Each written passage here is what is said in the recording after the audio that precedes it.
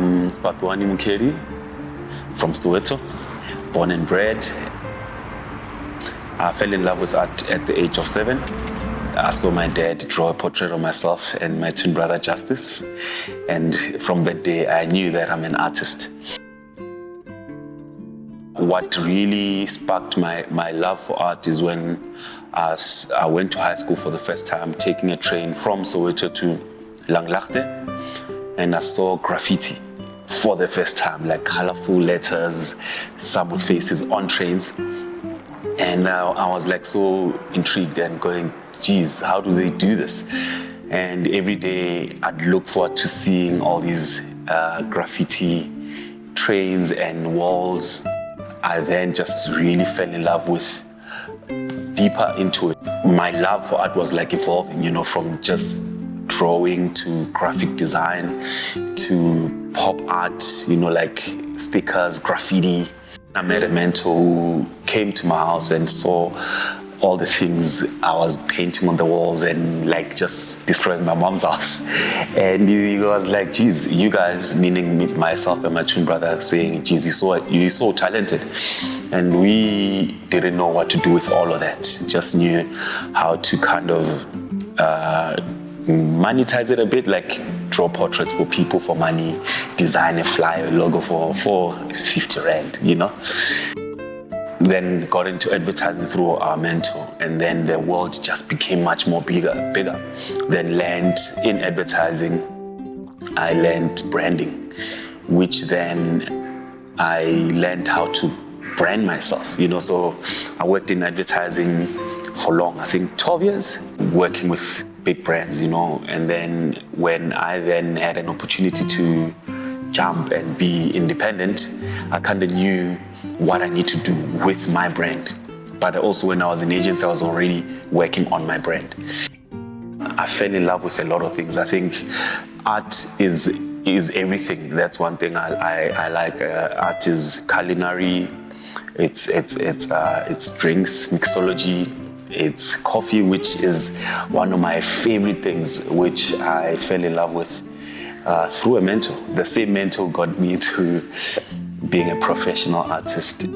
I got a studio in 44 Stanley, and I'd walk in there, rush into my studio early in the morning, and I'd want coffee, And then I found out about Bean Day, and they were like in a hidden corner there. Sometimes if my studio is too messy, I'd want to go there, do my emails, and I bumped into Jonathan.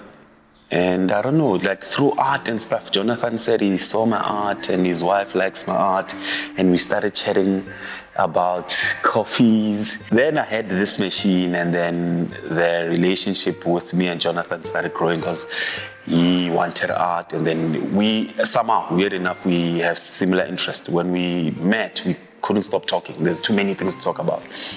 And there's like coffee, there's art, there's cars, there's, all the things I love to do, bring my tribe, which is people I'm connected to without even knowing, So it just kind of led to a really great friendship, partnering in collabing in things, and like seamless, All these things connect, So art from 7 years old to graffiti to advertising and all of these things just connected me to a whole new world where I've got friends, So when I'm making a cup of coffee, it's literally like I'm painting. And when I'm cooking, it's still like I'm painting. So it's all one thing, and I'm grateful for that. Everything in my life is fun, And yes, there are challenges in obviously day-to-day things. But I wake up and I look forward to my day. I look forward to making that coffee. Look forward to doing this, to collaborating, to chatting, painting, which is amazing and a great blessing for me. Art connects people. Coffee connects people. I've acquired so many, if the word acquire is the right one, I've made so many great friends. So it is very much the same, and it's intertwined because through art as well, I meet people who feel the same about creating art, who, more than just looking at it. it's therapeutic. You know, I have a hashtag where I say art therapy, which is for everything. Coffee is therapy. You know, that moment you take for yourself and go, even with people, there's just like this thing where it's just you and this thing, but you're connecting with other people. It's very therapeutic, and it's the same thing. It's quite amazing that patience is everything in any kind of craft, you know. Weird enough, before we make this coffee, there was someone who was working on these beans to give them the flavor to all of that. By the time we get in and make that coffee, even if it's quicker or not quicker, there's been like a long process and a layered patience process. But also with art itself, you know, patience, you know, to even get to where I am, where I can have a studio like this. It's been years of patience, years of belief before things could be real. But in simple terms is there's just something amazing in knowing that when you take your time in making that coffee, it rewards you so well. When I take my time to make that art piece, it rewards me, you know, and yeah, man, it's patience is everything in this life thing. As it is, my life revolves around earthy things, you know, like coffee comes from the ground. My tones already, without even using coffee as my inspiration, do resemble coffee. You know, my canvases, you can see they're a bit like earthy, some portraits are brown. It's one thing I want to do with Jonah, just collaborate, and I think with our friendship we'll collaborate till the end. You know, it will never stop. Even if, let's say, I move to Japan, there'll be that call, or I'll call him and say, hey dude, I'm here and I'd like to see if we can open a small little binde wherever I am in the world. But yeah, a little collab with binde and Jono with portraits, which we are already doing, but a traveling version. I'm Jonathan, founder of Bean There Coffee. I did have a pretty interesting exposure into coffee. Quite unusual, I think, actually, for South Africa in that sort of time. You know, I won't give my age away, but it was a long time ago. My gran got me into coffee, and you know, she had not very many luxuries in her life, but she was adamant that she needed to drink good coffee, and so she always had filter coffee. And yeah, I'll never forget, probably age of 12, 13, I guess, when she first said to me, Jonathan, if you can have coffee without sugar, you will taste the aromas and the flavors, and your life will be transformed. And yeah, she was right. I fell in love with coffee, and yeah, she had some amazing traditions too of just enjoying coffee quietly. She always liked to have a little bit of chocolate, and then ideally some classical music in the background. But very formative for me, and a very significant woman in my life. I was in IT. Working at Dimension Data, and stock market crashed. My wife and I decided to take a year off and go and travel around the world. In this time, I met a guy called Ugo, and he had a fair trade coffee business. And this was the first time I'd ever been exposed to sort of the concept of fair trade, the concept of paying people a fair price. And of course, I had always loved coffee. Gran had infiltrated my brain with this desire to and this love for this incredible beverage, and then suddenly it married with this thought that actually you could have a business in something that you loved, which was this coffee in my life, and that I could have an impact in the lives of small-scale farmers who are not being paid fairly, and this just lit up my world. I think my interaction probably with Agnes back in 2007.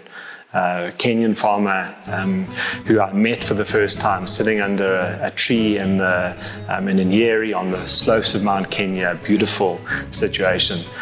we connected. Agnes and I just connected so well as we chatted. And at this point, I'll never forget asking her a bit about her family, understanding, a bit about her kids. She has two kids, and her daughter, and Telvin, her son, and understanding at that moment that her son was not in school and her daughter was in school because of lack of funds. I'll never forget that feeling inside of like, should I just whip out my wallet, pay for these school fees, get Telvin into school, and it was really a moment where I sort of zoomed out, as it were, and thought about the impact that we could have as being there. And that impact could be how we pay Agnes. If we pay Agnes really well and buy this incredible coffee that she has, and pay her fairly, she would be able to look after her own family. And that was quite a significant moment in the sort of in my fair trade journey. It was like, it's actually not about the charity of paying Agnes to enable her to pay school fees. It's about the act of paying Agnes fairly for an incredible product that she produces. And so, we've done that over the last, close to 20 years with Agnes. And to see the growth and change in her life over the last years, as we paid her fairly, she was able to put her kids through school. She became a promoter farmer in her area. She started training through the agronomy training that we were funding. She actually started training other farmers. She started increasing her own yields. Her yields went from 2 kilos to 5 kilos to 8 kilos a tree. Started seeing her income change. She then, which was incredible, because of this leadership role that she took on in this community, she then became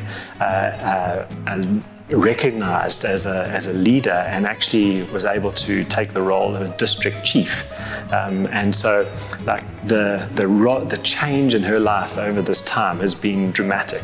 I'll never forget the first time she entertained me at her home. We had tea in her little I'd say mud and stick home, and years later I recall vividly just sitting in her now brick home, tin roof, gutters, TV.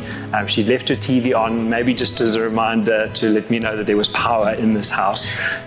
We sat on her couch and scrolled through pictures on her iPhone of previous visits on Facebook, and I was just like, this is the incredible transformation that can happen when people get paid fairly, when they have some margin in their lives to be able to invest and do that. I mean, she's a remarkable woman. I mean, we have very little to play in this process. She's an amazing woman. Looking back, significant for me to see what can happen when we are fair.